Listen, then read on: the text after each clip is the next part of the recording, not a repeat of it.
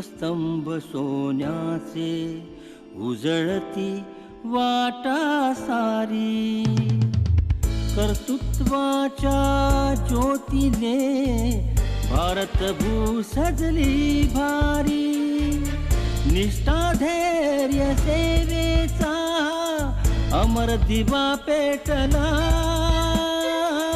स्वप्नांना दे पंख नवे अन गंध नवा पसरला, दीपस्तंभ सोन्याचे सोन्याचे सोन्याचे सोन्याचे. प्रशासन म्हणजे केवळ अधिकार नाही, तर ती एक जबाबदारी असते.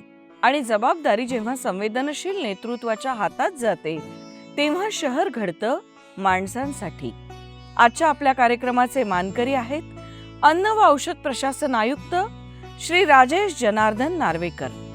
नियोजनबद्ध शहर रचना, स्वच्छता, शिस्त, नागरिक केंद्रित प्रशासन, अन्न आणि औषध प्रशासनामध्ये महत्त्वपूर्ण योगदान आणि पारदर्शकता, निर्णय प्रक्रिया या सगळ्यांचा समतोल साधत त्यांच्या नेतृत्वानं त्यांच्या विविध कार्यक्षेत्रात महत्त्वाची भूमिका वठवली. सामान्य नागरिकांच्या प्रश्नांपासून ते मोठ्या प्रशासकीय निर्णयांपर्यंत सेवा हाच केंद्रबिंदू ठेवून त्यांनी प्रशासनाला माणुसकीची जोड दिली. अनुभवातून आलेलं शहाणपण, आदर्श नेतृत्व आणि तरुणांसाठी प्रेरणा देणारा प्रवास. माननीय राजेश नार्वेकर, आपल्या कार्याला आमचा मानाचा मुजरा.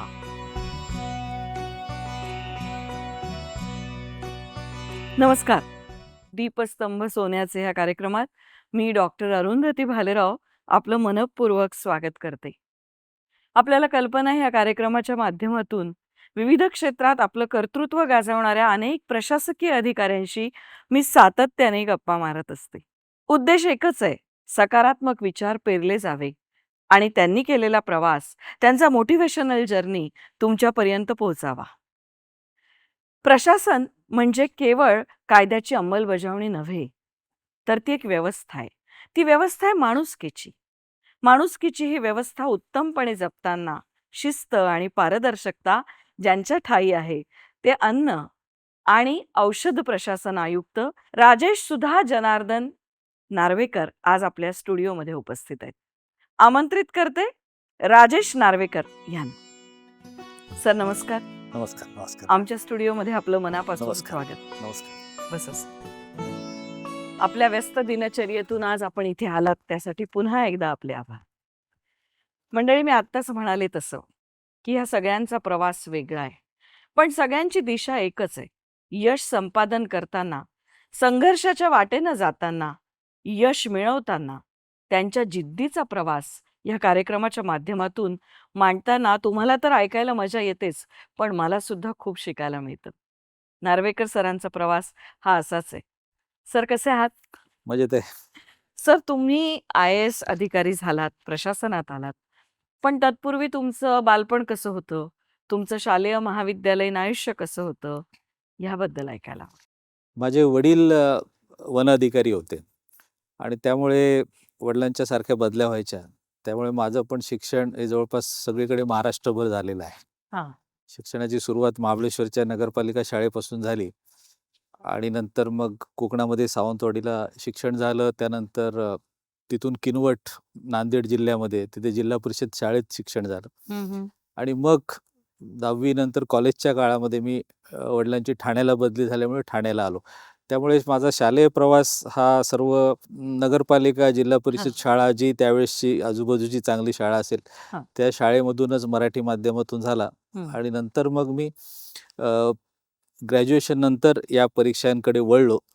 आणि सुरुवातीला काही प्रशासकीय सेवेत जायचं वगैरे असं काही विचार नव्हता आणि तसं ग्रामीण भागात तसं वातावरण पण नव्हतं.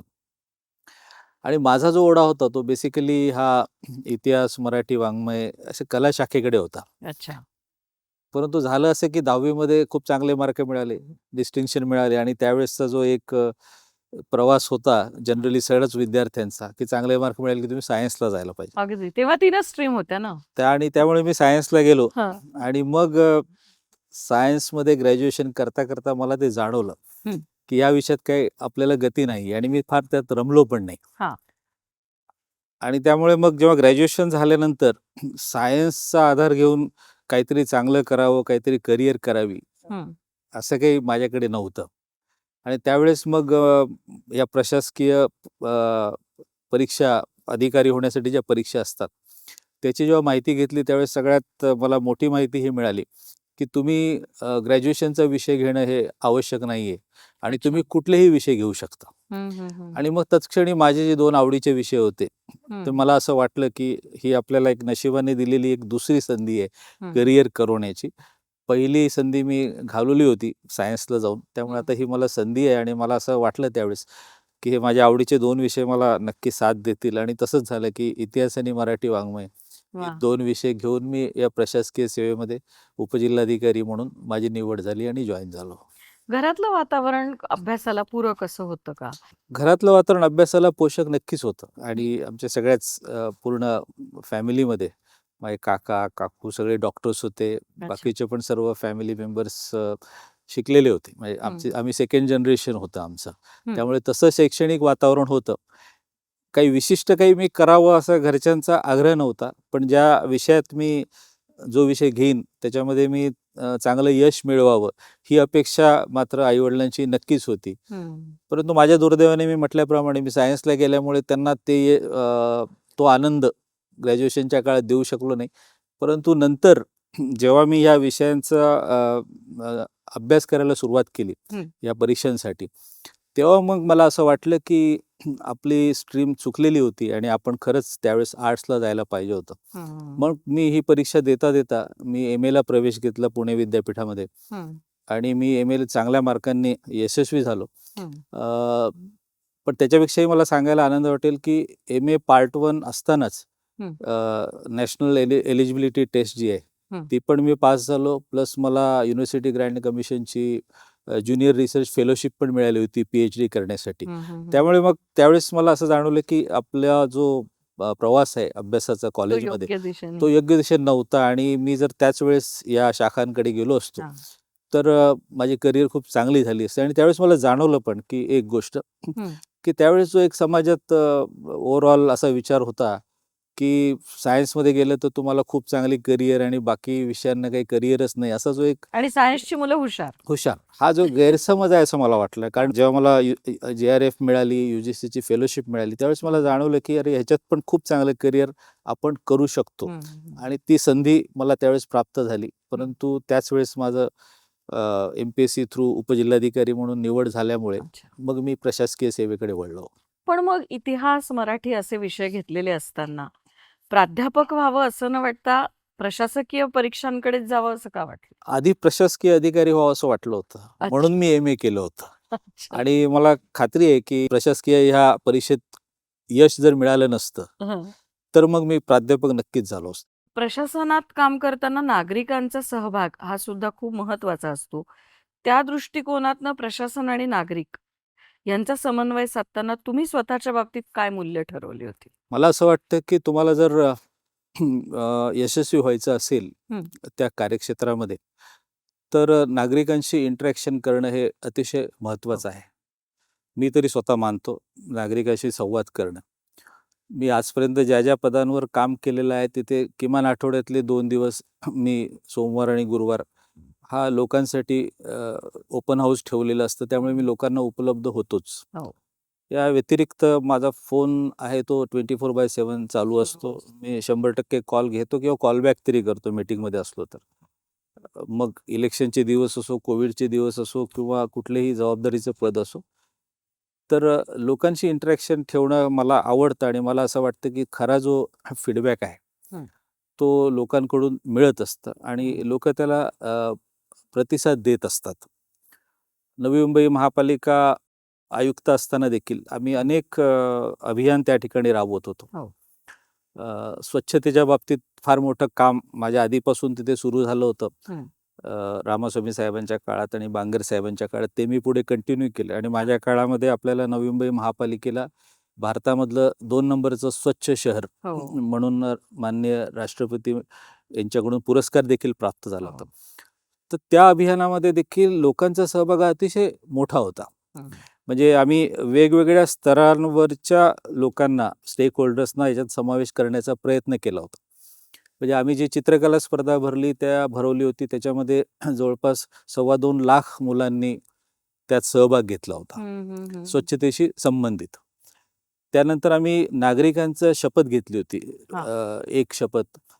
तर त्याला 1,08,000 लोकांनी एका वेळेस पूर्ण नवी मुंबईमध्ये स्वच्छतेची शपथ घेतली होती. तर हा जो मोठा जो लोकांचा रिस्पॉन्स आहे हा फार महत्त्वाचा आहे. आणि त्यातून मला असं वाटतं की एक वेगळ्या प्रकारची ऊर्जा त्या गावामध्ये, त्या शहरामध्ये निर्माण होतं. म्हणजे मला तुम्हाला सांगायला नक्की आवडेल, आमचे स्वच्छतेचे ब्रँड अँबॅसेडर नवी मुंबईचे त्यावेळेस म्हणजे आजही आहेत, शंकर महादेवनजी. हे मोठं व्यक्तिमत्व आहे. सर, आम्हाला हे ऐकायला आवडेल, पण एक छोटासा ब्रेक घेतोय आपण. शंकर महादेवन हे स्वच्छता दूत नवी मुंबई आणि परिसराचे होते. त्यांचा सगळा अनुभव कसा होता आपण जाणून घेणार आहोत, पण कुठेही जाऊ नका, कारण आपण एक छोटासा ब्रेक घेतोय. दीपस्तंभ सोन्याचे. सर, ब्रेक नंतर पुन्हा एकदा स्वागत. तुम्ही सांगत होतात शंकर महादेवन स्वच्छता दूत नवी मुंबईचे, त्याबद्दल. हा आपला विषय चालला होता मगाशी लोकांच्या सहभागाचा. मगाशी मी सांगितलं की विद्यार्थी आणि या सर्वांनी कसा सहभाग दिला, पण मला या ठिकाणी विशेष नमूद करायला आवडेल, शंकर महादेवनजी एवढं मोठं व्यक्तिमत्व आहे आपल्या देशातलं, आज पद्म पुरस्काराने सन्मानित आहेत. त्यांना त्यावेळेस ग्रॅमी पुरस्कार पण मिळाला होता, जो संगीतातला सर्वोच्च पुरस्कार आंतरराष्ट्रीय स्तरावर समजला जातो. तर ते आमचे स्वच्छता दूत असल्यामुळे आणि नेहमीच महापालिकेला सहकार्य करत असल्यामुळे त्यांचं अभिनंदन करायला त्यांच्या घरी गेलो होतो मी आमच्या अधिकाऱ्यांसोबत, आणि त्यांचं अभिनंदन केलं. आणि त्यांनी त्यावेळेस मला सांगितलं की कमिशनर साहेब, मी ह्या माझ्या बंगल्याच्या खिडकीत जेव्हा बसतो त्याच्या बाजूला बगीचा आहे मोठा वाशीमध्ये. तर मी जेव्हा बंगल्यातून खिडकीतून जेव्हा बघतो तर तुमचे स्वच्छता हे कर्मचारी जे आहेत ते सगळे पहाटेपासून काम करून अंदाजे 8च्या सुमारास हे तिथे चहा पीत थोड्या वेळ बसलेले असतात, आराम करत असतात. आणि मी न चुकता बघतो रोज ते पहाटेपासून काम करतात आणि आपली नवी मुंबई स्वच्छ ठेवतात.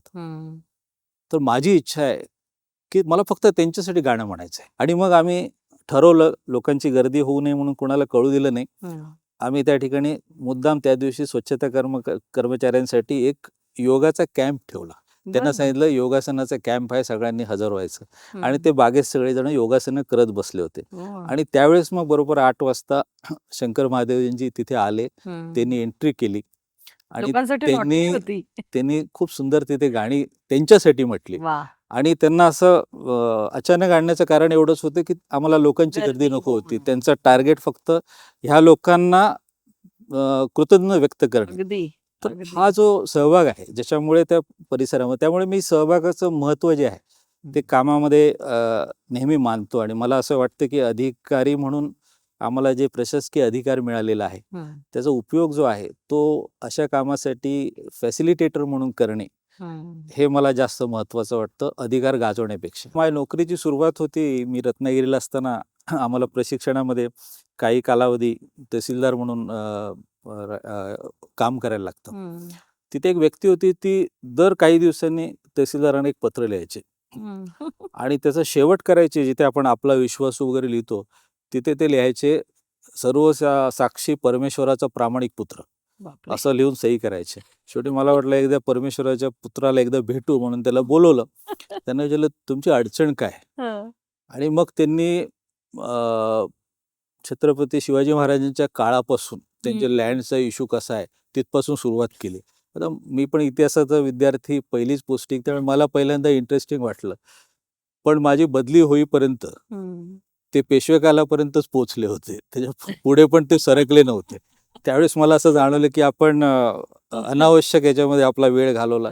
असे पण प्रसंग, पण असे दुर्मिळ प्रसंग, पण मॅक्झिमम जो आहे लोकांशी इंटरॅक्शन केल्याने आपल्याला खरे प्रश्न कळतात. आणि मी सांगतो की जिल्हाधिकारी म्हणून किंवा महापालिका आयुक्त म्हणून किंवा आता राज्य पातळीवरचा आयुक्त म्हणून काम करताना एक गोष्ट मी नेहमी मनात ठेवतो की ही व्यक्ती माझ्यापर्यंत बोलू इच्छिते, ह्याचा अर्थ ह्याला खाली कुठे दाद मिळाली नसणार. हा काय उठसूट ह्या वरच्या स्तरापर्यंत येणार नाही, ह्याला खाली कोणीतरी दाद देत नसेल म्हणून हा आपल्यापर्यंत आला, त्या अर्थी तो जेन्युइन असावा असा एक सकारात्मक विचार करून मी या लोकांना प्रतिसाद देत असतो. सर, तुम्ही आता सध्या अन्न आणि औषध प्रशासन आयुक्त म्हणून कार्यरत आहात. तिथली आणखीन वेगळी आव्हानं असतील. कुठल्या गोष्टीची जास्त खबरदारी तिथे काम करताना घ्यावी लागते? अन्न आणि औषध प्रशासन हे अतिशय महत्त्वाचं आहे. कारण आपण औषध आणि अन्न हे 2 असे घटक आहेत. दोन्ही की खूप महत्वाचे आहेत. महत्त्वाचे घटक आहेत आणि अन्न चांगलं असेल तर तुम्हाला औषधाचा वापर कमीत कमी होतो. अगदी. परंतु अन्नाशिवाय कोणी राहू पण शकत नाही. अशा अर्थाने ते महत्त्वाचं आहे. परंतु दिवसेंदिवस त्यात चॅलेंजेस वाढत चाललेले आहेत. त्याच्यामध्ये लोकांमध्ये देखील बाहेरचं खाण्याकडे कल वाढलेला आहे. आपण जे पूर्वी घरी चौरस आहार घ्यायचो त्याच्यापेक्षा बाहेरचं खाणं वाढलेलं आहे आणि लोकांची डिमांड वाढल्यामुळे किंवा सणासुदीच्या काळामध्ये जेव्हा अचानक डिमांड वाढते खव्याची किंवा इतर गोष्टींची, त्यावेळेस मग त्याची पूर्तता होऊ शकत नसल्याने मग त्याची भेसळ करणे असे ज्या वाईट विघातक कृत्य आहेत ती पण वाढत जातात. त्यामुळे प्रशासनाला देखील त्याबद्दल अतिशय चौकस राहणं हे गरजेचं असतं. पण नागरिकांना देखील मी आपल्या माध्यमातून सांगू इच्छितो की चांगल्या स्टँडर्ड दुकानामधून जे पॅक केलेलं जे धान्य असेल किंवा वस्तू असेल ती घ्यावीत. ती घेताना त्याची एक्सपायरी डेट आहे का ती चेक करावीत. त्याच्यामध्ये इन्ग्रेडियंट काय आहेत ते चेक करावेत. त्याबरोबरच आमचा टोल फ्री नंबर आहे. तर अशी गोष्ट निदर्शनास आल्यावर जर इमिजिएटली आम्हाला कम्युनिकेट जरी केलं प्रशासनाला तरी त्याबद्दल आम्ही सतर्कतेने तात्काळ कारवाई करू शकू आणि तो माल आपण जप्त करू शकू आणि पुढच्याला होणारी जी हानी आहे ती टाळण्याचा नक्कीच प्रयत्न करू शकू. अच्छा. सर, एक पुन्हा छोटासा ब्रेक घेतोय. एक अत्यंत महत्त्वाच्या विषयावर चर्चा सुरू आहे की कशा प्रकारचं अन्न आपण सेवन केलं पाहिजे. त्याची एक्सपायरी आपण बघितली पाहिजे. कुठेही जाऊ नका, बघत राहा दीपस्तंभ सोन्याचे. दीपस्तंभ सोन्याचे. ब्रेक नंतर पुन्हा एकदा आपलं स्वागत. आपण गप्पा मारतो आहोत अन्न आणि औषध प्रशासन आयुक्त राजेशजी नार्वेकर यांच्याशी. सर, एक प्रश्न असा मनामध्ये येतो की आजकाल तरुण पिढी खूप UPSCच्या अभ्यासक्रमाकडे वळते आहे. त्यात यश आलं तर आनंद होतो, पण अपयश आलं तर त्यांना नैराश्य पण येतंय. त्यांना त्यातली सत्ता दिसतेय, पण ती फक्त सत्ता नाही तर ती एक सेवा आहे. हा पण एक त्यातला भाव आहे. तुम्ही त्यांना काय सांगायला तुम्हाला आवडेल? कसं बघा याच्याकडे? हा अतिशय महत्त्वाचा प्रश्न विचारला मॅडम. कारण काय झालंय की खूप मोठ्या प्रमाणामध्ये UPSCकडे किंवा महाराष्ट्रामध्ये हल्ली मुलं MPSCकडे वळलेली आहेत. आणि होतं काय की प्रत्येक वेळेस यश तुमच्या इतके जवळ आलेलं असतं त्यामुळे प्रत्येक वेळेस वाटतं की आपण यशस्वी होऊ. त्यामुळे नंबर ऑफ अटेम्प्ट्स खूप घेणं, खूप वर्षापर्यंत प्रयत्न करणं असं करत असतात.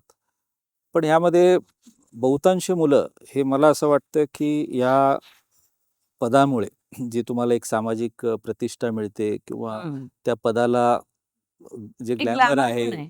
विशेषतः ग्रामीण भागामध्ये हो. जे ग्लॅमर आहे, हो. ज्या सुविधा मिळतात, या सगळ्या गोष्टींमुळे जास्त अट्रॅक्ट होतात याच्याकडे असं मला वाटतं. तर मला असं वाटतं की ह्या ग्लॅमरकडे किंवा या प्रतिष्ठेकडे हे मिळतात हे आनंदाची गोष्ट आहे. पण केवळ त्याच्याकडे आकर्षित होऊन या सेवेकडे येऊ नये. आपण कशासाठी या सेवेकडे येऊ इच्छितो याचा जर प्रथम आपण विचार केला आणि त्या अनुषंगाने जर आपण काही निर्णय घेतला तर मला असं वाटतं ते योग्य होईल. कारण तशा अर्थाने हा ह्याच्यामध्ये कमिटमेंट आहे. या नोकरीमध्ये एक सेवा भाव तुमच्याकडे असावा लागतो, एक कमिटमेंट असायला लागतो, काही गोष्टींचा त्याग करायला लागतो. त्याग ही अशा मोठ्या ह्याने नेहमी सांगत, पण काही म्हणजे 10 कौटुंबिक ते 5 ची नोकरी नाहीये. नोकरी नाहीये. काही कौटुंबिक बाबी असतात, हो. त्यांना तुम्ही वेळ देऊ शकत नाही, तुमच्या स्वतःचे छंद आवडीकडे वेळ देऊ शकत नाही, अशा प्रकारची.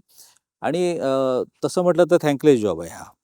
कारण तुम्ही जे चांगलं काम करता त्याचं बरेचदा कौतुक केलं जात नाही, परंतु तुमच्याकडून जी कामं राहिली गेलेली असतात त्याच्याबद्दल बरेचदा तुमच्यावर टीका होते किंवा चुकीचा अर्थ काढला जातो. तर या अनुषंगाने मला असं वाटतं की लोकांनी याच्यात विद्यार्थ्यांनी नवीन विचारपूर्वक यावं. एक सेवाव्रत म्हणून आपण याकडे यावं आणि या सेवेत आल्यानंतर किमान आपण साधनसुचिता बाळगावी आणि हे यश मिळवणं हे आपलं साध्य असू नये. तर हे पद मिळाल्यानंतर आपण काय साध्य करणार आहोत त्याकडे जर आपण अधिक लक्ष दिलं किंवा अधिक विचार केला तर मला वाटतं लोकांसाठी काम करण्याची उत्तम संधी या प्रशासकीय सेवेतून मिळते. सर, तुम्ही सतत कार्यमग्न असता आणि मग अशा वेळेला तुम्ही वेळेचं व्यवस्थापन कसं करता आणि तुमचा मी टाईम कसा असतो? वाचन करायला मला खरंच खूप आवडतं. कधी-कधी असे पॅचेस येतात, जसे उदाहरणार्थ कोविडचा कालावधी होता किंवा जिल्हाधिकारी असताना निवडणुकीचा कालावधी होता, लोकसभेचा, विधानसभेचा. हं.